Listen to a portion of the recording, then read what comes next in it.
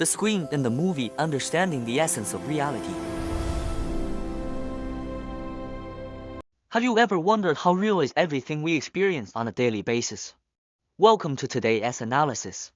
Today, we are going to dive deep into a highly thought-provoking source text, a profound dialogue between an ancient master and his disciple to challenge your most fundamental perception of reality. To paint a crystal clear picture, we'll be using a metaphor you are incredibly familiar with. In fact, it is something you are staring at right now. Are you ready? Let us pause together for a moment and truly contemplate this question. First, imagine this scenario. You are sitting in a movie theater, staring at a giant screen. The plot is intensely gripping, your heart races fast as the protagonist faces a tragedy. You might even quietly wipe away tears in the dark. In that very moment, during those 2 hours, you are completely immersed in that world.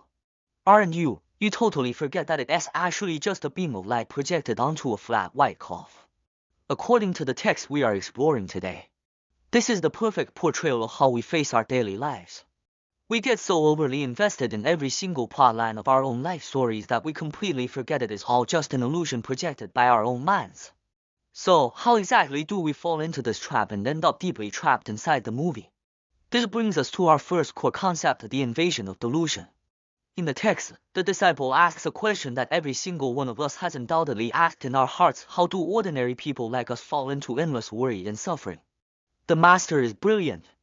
He precisely deconstructs the seemingly hopeless state into 3 distinct steps. Look at the first step: delusion invades the mind. This is like seeing something that hasn't even fully developed yet, but your mind immediately goes into overdrive, writing a massive script and firmly believing that things are exactly as you imagine. Then comes the second step: accumulated karma bears fruit. Because of this mistaken perception, you begin to act blindly. Naturally, actions driven by a flawed premise will produce inevitable consequences. Finally, the third step: these consequences bring very real pain. And because it hurts, you become confused all over again and continue to scramble blindly. This is called suffering through hollow cycles. To put it simply, it is an absolute infinite loop. Our never-ending frustrations are actually born out of our overreactions to the stories we make up in our own heads. Since this is an infinite loop, how do we break free? Let us look at the second part, the mirror and the screen. Here, the master provides a fascinating modern metaphor that anyone can understand, a perfect fusion of ancient wisdom and modern technology. The text mentions a rather esoteric term called non-rising or self-nature. Fearing people might not understand. The master directly compares it to a computer screen or a pristine mirror. Think about it: the screen itself is completely blank, yet it can display endless landscapes. Men, women, the young, the old, and all the love and hatred in your life. But here's the ultimate catch: whether the screen is currently playing a hilarious comedy that makes you burst into laughter, or a terrifying horror film that scares you to death, has the screen itself changed at all? Not at all. It remains completely pristine from beginning to end. This is our self-nature. It is utterly pure, unborn, and undying. No matter how chaotic the outside world gets, it can never be contaminated, nor can it ever be destroyed. Since the screen itself is so clean, you will definitely ask, who on earth created these chaotic movie plots that mess up our lives? This leads us to our third major point: authoring your own life script. Here is the kicker: the master directly calls you out in the dialogue. You are the scriptwriter, the director, and the main actor of this entire show. Our mind, the screen we just talked about, has a powerful characteristic: it accepts everything without judgment. It will never reject any script you feed into it. If today you want to play a tragedy where the whole world is against you, the screen will faithfully play it out for you. If you want to perform a comedy full of laughter, it will present it just as perfectly. Where does the problem lie? The problem is that as we act, we actually start to believe it. We steadfastly believe that these plots which we blindly made up ourselves are an unshakable, absolute reality. Frankly speaking, this is the true source of all our anxieties. When I read this dialogue in the text, I found it incredibly classic. The disciple is pouring his heart out, complaining that his mind is an absolute chaotic mess, completely out of control, feeling exactly like a computer infected with a virus. Look at a stone. We often do the exact same thing. We subconsciously shift the blame onto our environment, feeling that external people and events are bringing us stress. Guess how the master responded? The master shut him down directly. You are the virus. What do you mean by infected with a virus? This remark is profoundly witty, yet incredibly sharp.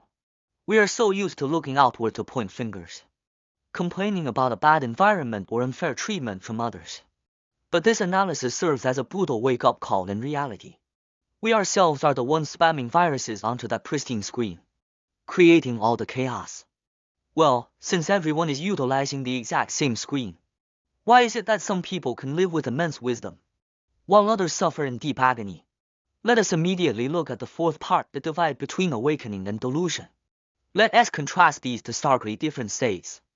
Look at the left side of the picture. This represents the awakened mind, which we call the Buddha, facing the exact same reality screen. The people on the left know it is just a deathless, unborn screen. They fully understand the rules of the game.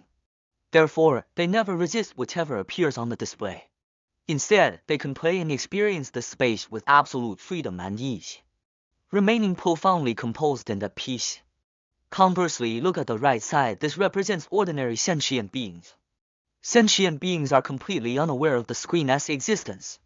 Their eyes only see the fleeting, dazzling special effects flickering across the display, causing them to sink deeply into anxiety and chaos. The master uses for words to describe this blind creation and chaotic making, even though their hearts desire a good outcome. Because they do not understand the laws of ultimate reality, they struggle blindly within the illusion. In the end, what they manifest is usually a chain of bitter fruits manufactured entirely by themselves.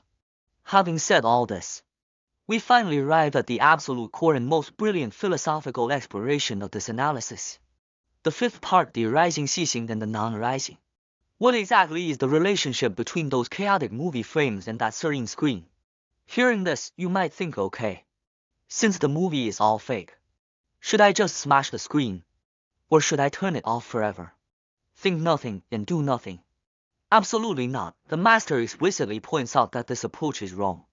Because apart from the phenomena of rising and ceasing, there is no other non-rising. What this means is that the screen and the movie are fundamentally one. Think about it. If you don't have a screen, where are you going to play the movie? On the flip side, if the screen is forever pitch black, displaying absolutely no pictures and serving no function, can it still be called a screen? It loses its meaning. Therefore, true awakening is definitely not about destroying reality or escaping from life. Rather, it is about looking at the playback of these tens of thousands of illusions while your mind are. It remains perfectly clear that the foundation of all these transformations is actually that unshakable, profoundly pure self-nature. To help everyone understand this better, the source text references a famous quote from the Heart Sutra that everyone knows by heart: form is emptiness, and emptiness is form. Applying our metaphor today, emptiness refers to that pure, unborn screen, while form represents those colorful, ever-changing movie plots playing upon it. These two things are never separate. They are one substance with different names. Inherently, they are the exact same thing, just named differently. The movie is the screen, and the screen is the movie. Once we grasp this principle, we can look at the most empowering conclusion of this analysis. The sixth part, my mind is the pure land. At the very end of the text, the master delivers a statement that completely overturns our traditional perceptions. Amitabha Buddha is my mind, and my mind is Amitabha Buddha. The pure land is this very place, and this very place is the pure land. You know what? Many times, we feel that the so-called pure land, or a beautiful state of being, is a place incredibly far away, perhaps somewhere we can only reach after death, completely severed from our current life. But this analysis tells us that it is not like that at all. As long as you can see through the nature of the movie and recognize the pristine screen within your own mind, then right here, right now, exactly where you are sitting, your mind is the pure land. There is absolutely no geographical distance between sages and us ordinary people. The sole difference lies merely in whether you are in a state of delusion or awakening. Alright, this brings us to the final deep thought we want to leave you with today. Through the lens of this ancient text, we have seen how we inadvertently became the scriptwriter, the director, and the actor in the grand play of life. Your mind is that pure, flawless, and all-encompassing screen.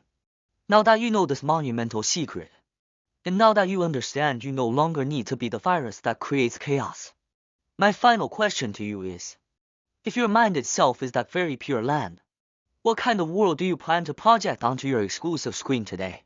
Take this question with you and truly examine your life. That's all for today's analysis. See you next time.